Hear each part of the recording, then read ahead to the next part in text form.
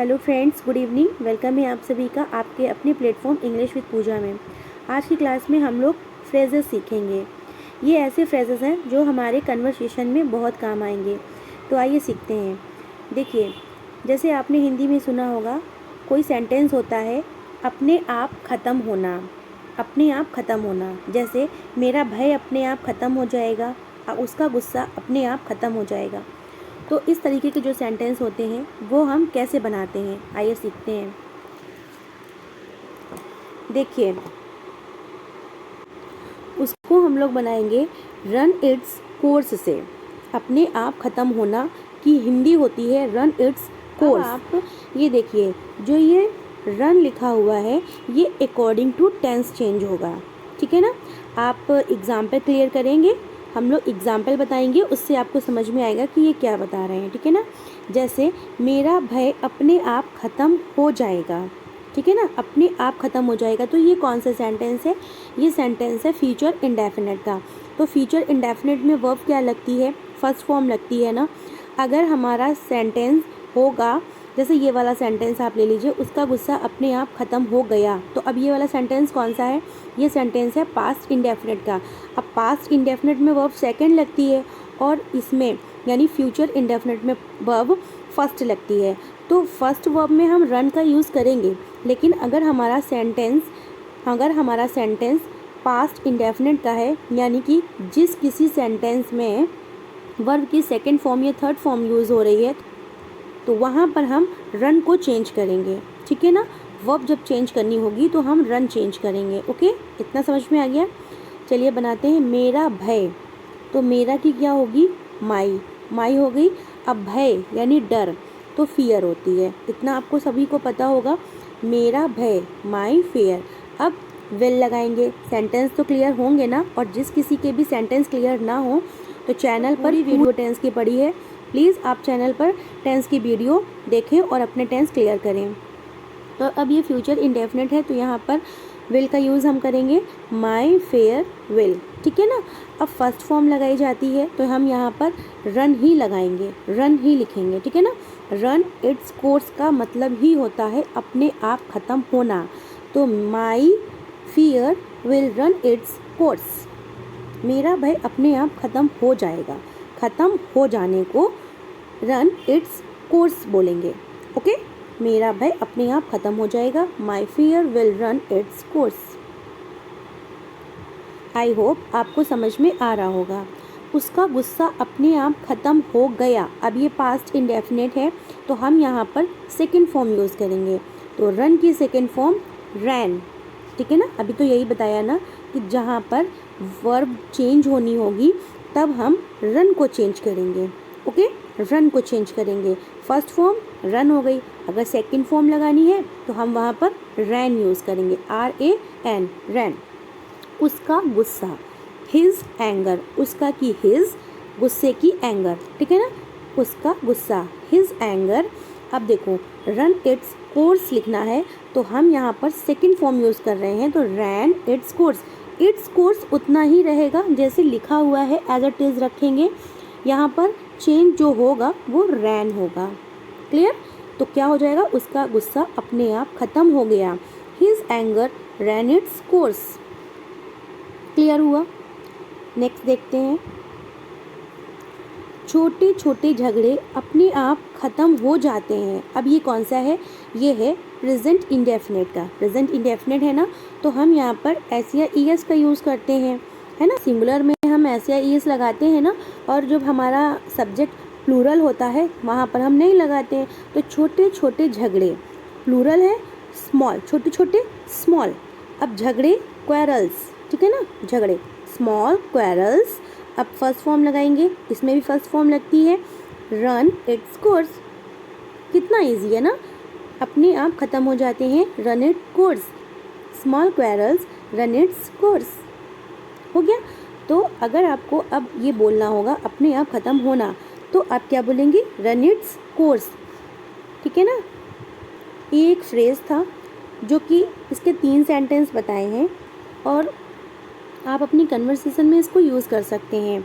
Second phrase है हमारा फूट फूट कर रोना, तो इसको इंग्लिश में बोलते हैं क्राई आइज आउट, ये देखिए क्राई आइज आउट, इसको अभी नहीं देखना है, अभी बताते हैं। फूट फूट कर रोना, क्राई आइज आउट, इसके मीन्स होता है फूट फूट कर रोना। अब ये क्या है, पजेसिव एडजेक्टिव है। पजेसिव एडजेक्टिव क्या है, क्राई के बाद, क्राई के बाद हमें पजेसिव एडजेक्टिव लेना है। वो क्या होता है, देखिए पहले तो आप पजेसिव एडजेक्टिव को जान लीजिए कि ये क्या चीज़ होती है। जैसे आई का पजेसिव एडजेक्टिव होगा मी, यू का योर, ही का हिज, शी का हर, दे का देयर। इस तरीके के जो होते हैं वो पजेसिव हम यहाँ पर लगाएंगे उस दिन, डैट डे, यहाँ पर लिखेंगे डैट डे। मैं की आई हो गई, कैरीड, अब यहाँ सेकंड फॉर्म लगानी है ना, सेकंड फॉर्म लगानी है तो यहाँ पर हम कैरी की कैरीड लगाएंगे, कैरी की second form carried, I carried my eyes out. ठीक है ना। अब देखो, चलिए दूसरा बनाते हैं। क्या है, यह न्यूज़ सुनकर वह फूट फूट कर रोने लगी थी। अब देखिए ये लगी थी यानी बिगिन टू का यूज़ है यहाँ पर। बिगिन टू की जो क्लास है वो एक बार हो चुकी है, आप चैनल पर पड़ी हुई है, आप जाइए और चैनल पर बिगिन टू का यूज़ देखिए, उससे आपको समझ में आ जाएगा पूरा वीडियो। बिगिन टू का यूज़ जैसे लगी थी, लगे थे, लगेगी, इस तरीके के जो सेंटेंस होते हैं वो बिगिन टू से बनते हैं। ठीक है ना। तो चलिए, यह न्यूज़ सुनकर, हियरिंग दिस न्यूज़, यह न्यूज़ सुनकर, हियरिंग दिस न्यूज़, वह फुट फुट कर रोने लगी थी, यानी फीमेल है तो हम यहाँ पर सी का यूज़ करेंगे, सी का यूज़ करेंगे। और लगी थी ये कौन सा है, पास्ट परफेक्ट टेंस है। पास्ट परफेक्ट टेंस में हम हैड का यूज़ करते हैं तो हम यहाँ पर शी के साथ हैड यूज़ करेंगे। अब जब हम पास्ट परफेक्ट टेंस में हैड यूज़ करते हैं तो वहाँ पर वर्ब की थर्ड फॉर्म आती है ना थर्ड फॉर्म। तो लगी थी, अब ये लगी थी यानी बिगिन टू का यूज़ करना है तो थर्ड फॉर्म हम इसकी लगाएंगे, क्राई की नहीं लगाएंगे, ये आपको याद रखना है। ठीक है ना। फिर यहाँ पर क्राई की नहीं लगेगी क्योंकि यहाँ पर एक ही वर्ब थर्ड फॉर्म लगेगी, एक ही वर्ब लगेगी, थर्ड फॉर्म एक ही लगेगी, दो नहीं लगेंगी। इसलिए हम बिगिन टू को बिगैन टू यूज़ करेंगे, बिगिन टू की यानी बिगिन को बिगन करेंगे यानी थर्ड फॉर्म लगाएंगे। तो she had begun to cry her eyes, cry her eyes. See अब हर क्यों आया, क्योंकि शी है, सब्जेक्ट शी है तो हम यहाँ पर इसका पजेसिव एडजेक्टिव हर यूज़ करेंगे। ठीक है ना। क्राई के बाद हमें पजेसिव एडजेक्टिव यूज़ करना है, ये अभी हमने बताया था। ये देखो, क्राई के बाद हमें पजेसिव एडजेक्टिव यूज़ करना है तो शी का पजेसिव एडजेक्टिव होगा हर, तो हम यहाँ पर हर यूज़ कर देंगे।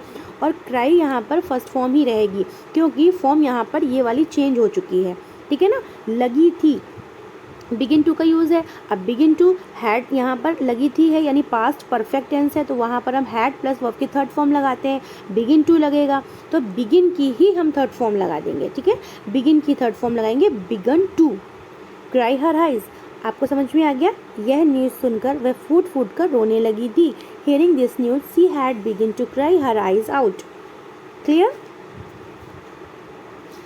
नेक्स्ट देखते हैं, आप इतना फूट फूट कर क्यों रो रहे हैं, क्यों रो रहे हैं। अब ये कौन सा है, प्रेजेंट कंटिन्यूअस है। प्रेजेंट कंटिन्यूअस में इज एम आर वाला है ना। तो आप इतना यानी यू है, सब्जेक्ट क्या है, यू, यू के साथ हम आर का यूज़ करते हैं। क्यों रो रहे हैं, इंटरोगेटिव है तो वाई से यूज़ करेंगे, वाई आर यू। अब इसके साथ आई एन जी भी लगाते हैं तो हम आई एन जी क्राइंग में लगाएंगे। ठीक है ना। Why are you crying.